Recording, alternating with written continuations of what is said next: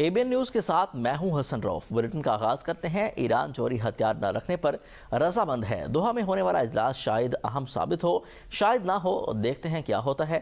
امریکی صدر Donald Trump کی وائٹ ہاؤس میں میڈیا سے گفتگو، کہا کہ معاملہ بہت سادہ ہے، ہم نہیں چاہتے کہ ایران کے پاس جوہری ہتھیار ہوں۔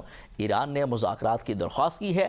ترجمان وائٹ ہاؤس کیرولائن لیوٹ کے مطابق سٹیو ویٹکوف اور جیرڈ کشنر دوحہ مذاکرات میں شریک ہوں گے۔ ایران کے ساتھ آرستہ کے مذاکرات کے ساتھ تکنیکی مذاکرات بھی ہوں گے۔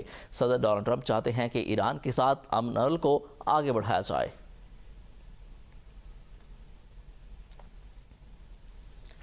امریکہ کے ساتھ آئندہ کئی دنوں تک مذاکرات کا امکان نہیں۔ ایرانی وزارت خارجہ کے مطابق اسماعیل بقائی آج قطر کا دورہ کریں گے، وہ قطری حکام سے ملاقاتیں کریں گے۔ ایران نے واضح کیا کہ اس وقت ایرانی اور امریکی وفود کے درمیان کسی بھی قسم کی ملاقات کا کوئی امکان نہیں۔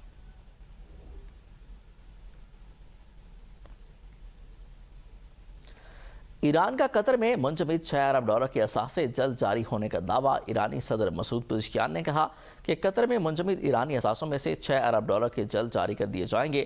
قطر میں مجموعی طور پر 12 ارب ڈالر کے ایرانی اثاثے موجود ہیں، جن میں سے نصف رقم ایران منتقل کی جائے گی۔ ایرانی صدر نے کہا کہ یہ پیش رفت موجودہ مذاکرات اور خطے کی کشیدہ صورتحال کے باوجود سامنے آ رہی ہے۔ امریکی حکام کا کہنا ہے کہ اب تک ایران کے کسی بھی منجمد اثاثے کی منتقلی عمل میں نہیں آئی۔ ایران نے خبردار کیا ہے کہ اگر امریکی حملے جاری رہے تو مذاکرات مکمل طور پر روک دیے جائیں گے۔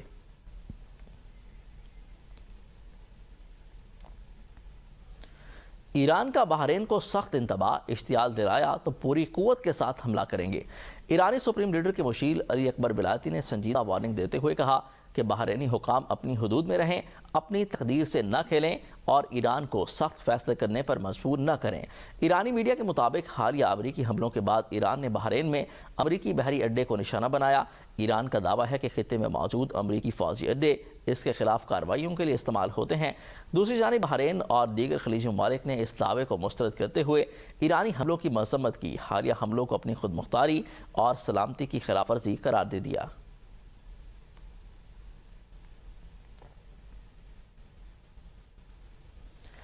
اسرائیلی وزیر دفاع اسرائیل کارٹنز نے کہا ہے کہ ٹرمپ نے ایران اور لبنان کو اس لیے ایک ساتھ جوڑا کیونکہ وہ تہران کے ساتھ معاہدہ کرنا چاہتے تھے، اس لیے اسرائیل کو لبنان میں حزب اللہ کے خلاف بڑے پیمانے پر کارروائی روکنا پڑی۔ اسرائیلی وزیر دفاع نے کہا کہ انہوں نے امریکی سینٹرل کمانڈ کے سربراہ کو آگاہ کر دیا ہے کہ اسرائیل غزہ، شام اور لبنان میں قائم اپنے سیکیورٹی زون سے دستبردار نہیں ہوگا۔ انہوں نے مزید کہا کہ ایران کے ساتھ لڑائی دوبارہ شروع ہو سکتی ہے۔ اسرائیل کارٹنز نے خبردار کیا ہے کہ اگر ایران نے اسرائیل پر حملہ کیا تو یہ ایران کی تیسری جنگ ہوگی۔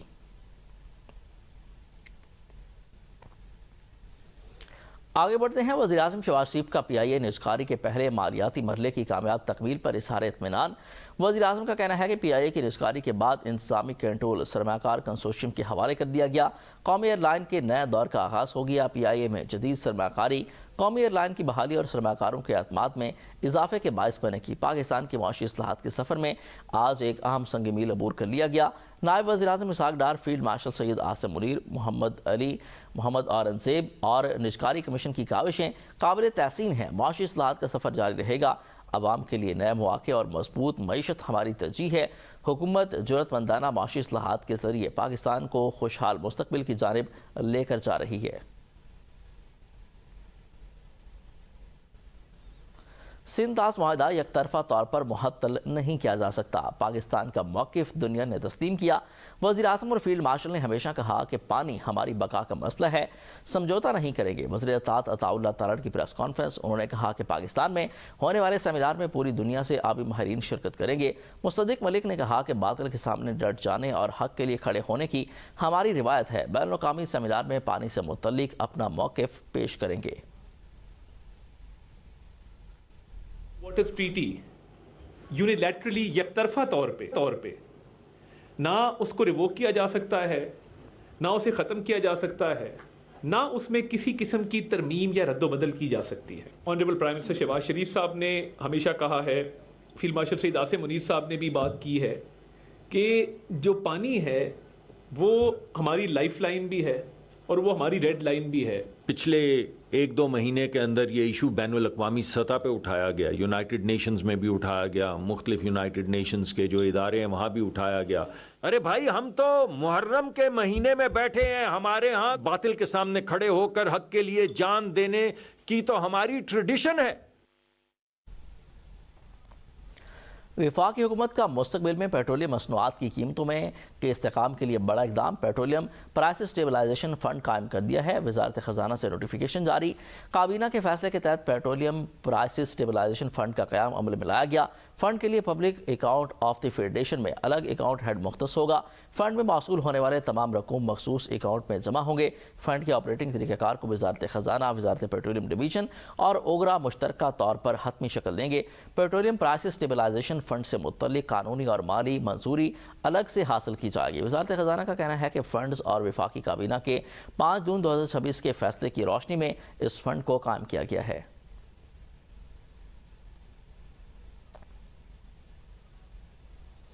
کوہوٹا میں قیدی وین سے قتل مقدمات میں نامزد 7 قیدی پولیس وین سے فرار ہو گئے.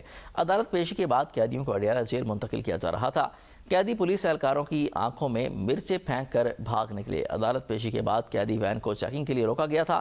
دروازہ کھولنے پر ایک قیدی نے پولیس اہلکاروں کی آنکھوں میں مرچیں پھینک دیں اور وہاں سے فرار ہو گئے. کوہوٹا پولیس کا علاقے میں سرچ آپریشن. فرار ہونے والے 4 قیدی دوبارہ گرفتار کر لیے گئے جن پر قتل کے مقدمات درج ہیں. فرار ہونے والے قیدیوں کی تلاش کے لیے علاقے میں سرچ آپریشن جاری. پولیس نے کوہوٹا کے داخلی اور خارجی راستے سیل کر دیے. آج ہی پنجاب نے additional S P headquarters Rawalpindi Mudassar Iqbal کو close to C P O کر دیا ہے. D S P headquarters Rawalpindi Imtiaz Ahmed کو معطل کر دیا گیا. دونوں افسران کو آئندہ احکامات تک سی پی او پنجاب لاہور رپورٹ کرنے کی ہدایت کر دی گئی ہے.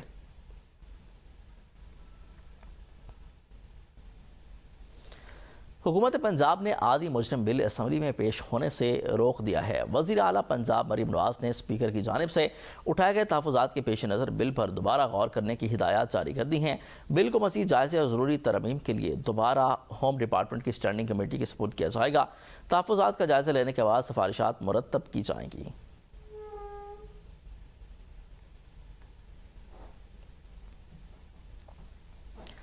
پنجاب اسمبلی میں اپوزیشن لیڈر معین ریاض قریشی نے کہا کہ Punjab control of habitual offender bill 2026 بنیادی حقوق اور آزادی اظہار کے خلاف ہے اور اسے جمہوری روایات کے لیے خطرہ قرار دے دیا ہے. اجلاس میں اپوزیشن نے موقف اختیار کیا کہ یہ بل شہری آزادیوں کو محدود کرنے کے لیے لایا جا رہا ہے. اسپیکر ملک احمد خان نے کہا کہ بل سے متعلق کمیٹی کو ریفر کیا جا سکتا ہے اور اس پر مزید کارروائی بھی کی جائے گی. اپوزیشن رکن رانا آفتاب نے ایوان میں خط پڑھ کر سنایا جس میں بل کی منظوری روکنے اور اسے آئینی اور قانونی جانچ کے لیے متعلقہ کمیٹی کو بھیجنے کا مطالبہ کیا گیا ہے.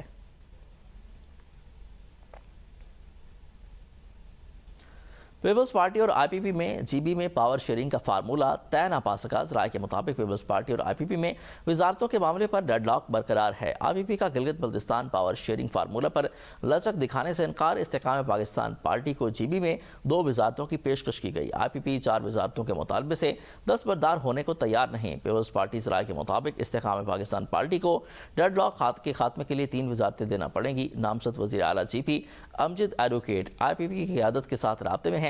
استحکام پاکستان پارٹی سے مذاکرات میں جلد بریک تھرو ہونے کا امکان ہے.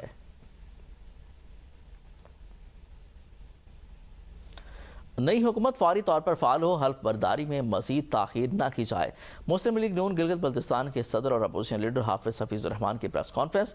کہا کہ عوامی مسائل کے حل کے لیے حکومت سازی کا عمل جلد مکمل کیا جائے گا. 1 جولائی سے اخراجات کے لیے اس اسمبلی کے بجٹ کی منظوری ہوگی. نگران حکومت 1 ماہ کا اخراجاتی بجٹ اسمبلی کو بھیج رہی ہے. بجلی کی لوڈ شیڈنگ, گرمی اور سیلابی خطرات سے نمٹنے کے لیے فعال حکومت ناگزیر ہے. عوامی مفاد کے معاملات میں حکومت سے تعاون کریں گے. نااہلی پر نشاندہی بھی ہوگی.